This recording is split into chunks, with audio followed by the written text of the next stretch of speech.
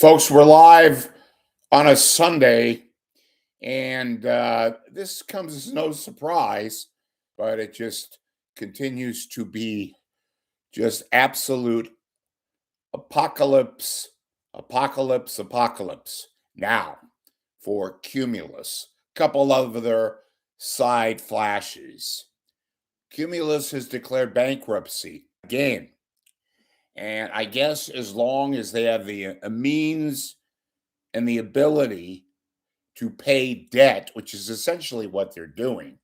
They're paying debt upon debt upon debt upon debt. The idea that they're going to pay principal from their financial purgatory leaves one wondering. And the only reason why they're being allowed to do yet another bankruptcy is because they're considered a asset, a liquid asset, not so much. But they are a broadcast institute. They have marketable things.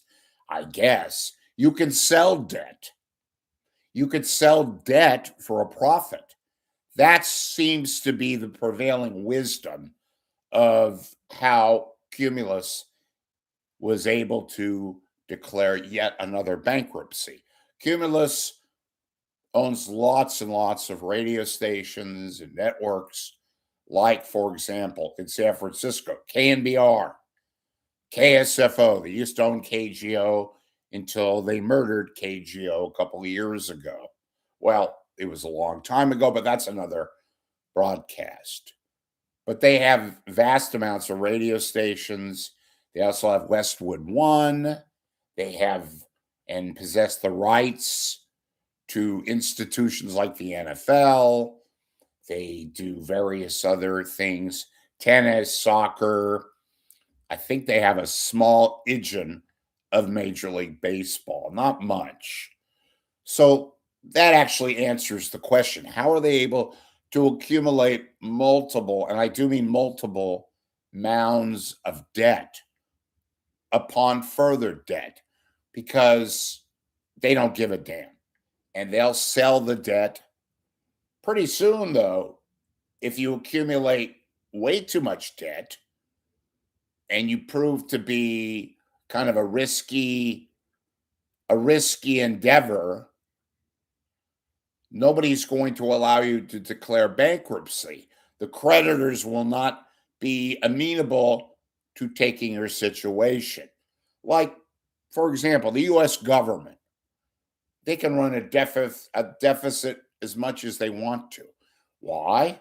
Because it's the U.S. government. They control the currency. They can literally print money, which is why Uncle Sam is allowed to carry massive debt. That's how they pay the budget. That's why they can appropriate funds when the funds are not literally accrued. That's how it works. So, Cumulus, here's the flash. And I got two other items for you, big ones. They have declared yet another bankruptcy. I don't know how they get the money in terms of spending, in terms of, paying for the lights, paying for salaries. There comes a time when the spigot is turned off. That can happen literally any moment. And that's when the creditors and the banks get a little annoyed because the payment wasn't made right away. The payment was delayed. I'm talking about the debt payment. At that point, it's sayonara. We're not at that level yet, but we could be very soon. Stay tuned. All right. These are real quick. I'm just going to give you my personal summations. I haven't spoken much about Greg Papa, his illness, other than to say, obviously, wish him well. Obviously. Two different things when it comes to performance and when it comes to a person's health. Greg Papa has undergone a bone marrow transplant. He's in kind of like phase 2 of what will probably be many facets to his hopeful recovery. And so far, things are looking up. But with the kind of blood cancer that he had diagnosed, you have to be very, very worried. You have to be careful, but you also could be very optimistic. So I'm just wishing you, Greg Papa. I know you watch this show, or your proxies do, and word will get out as it should. I wish you the best. I hope everything is good. This you may not have heard. In fact, I'm almost sure you didn't hear.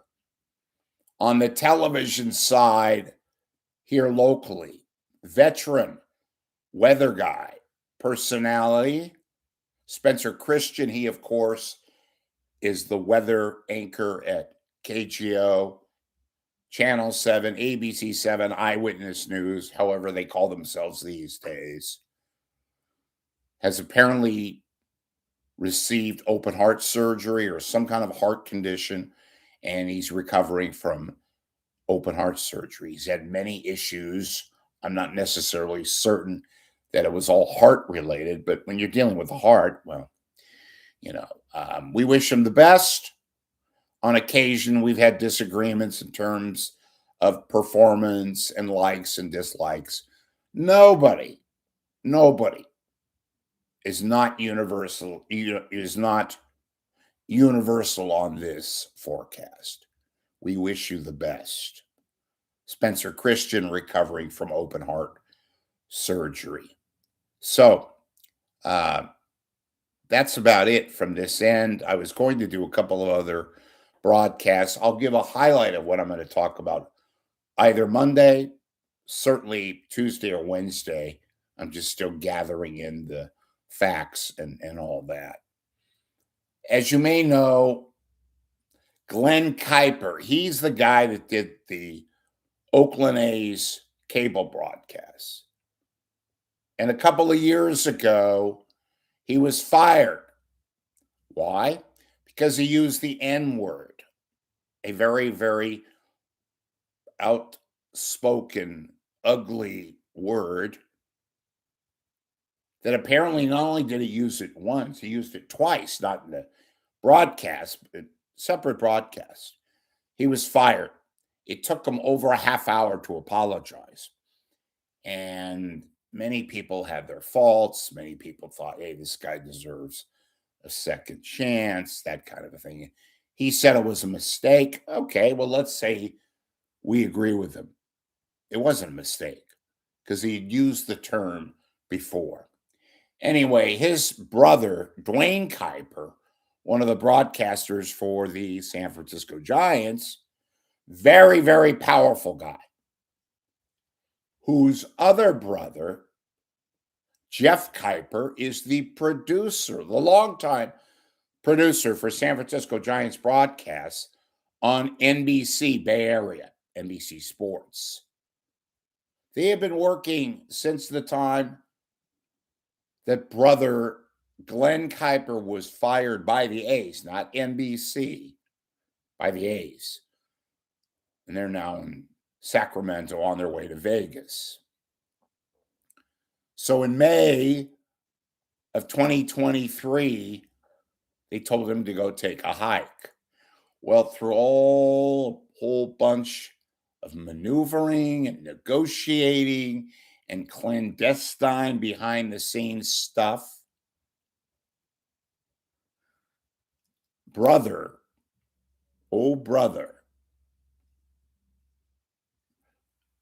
Glenn Kuiper's got a gig with the San Francisco Giants, TV and radio. In fact, he did the television broadcast on Sunday with partner John Miller on radio. And he's to do 10 to 15 Giants broadcasts. I don't have an issue with the manner. Wait a minute, retract that. I don't have an issue with him necessarily getting his job back with a different sports franchise. The way in which this was done, clandestine, behind the scenes, kind of sneaky, that's what I have issues with. And, folks, a story you're not going to read in the Chronicle or the Mercury. You're not going to hear about it. Oh, wait a minute, you will. Behind the scenes, what transpired? Because Rich is going to tell you. which discuss Rich, and I know many of you others. This is not I'm a fan of the Giants, I'm a fan of the A's, I'm a fan of such and such. This is basic crapola and it's zeitgeist. We're going to talk about this either Monday or Tuesday. Just look at my Twitter account at Rich Lieberman on X, and we will discuss it. I will tell you what took place. I will tell you how it transpired.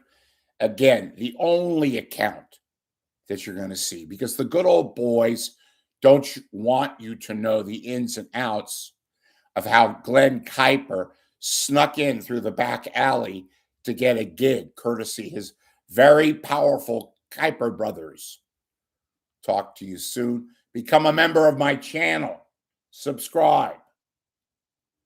Email me, rich.lieberman@gmail.com. You can also text me, 415-999-4454. Have yourselves a great Sunday. It's a beautiful day in the Bay Area and the whole state of California and beyond. We will see you soon. Thanks for watching.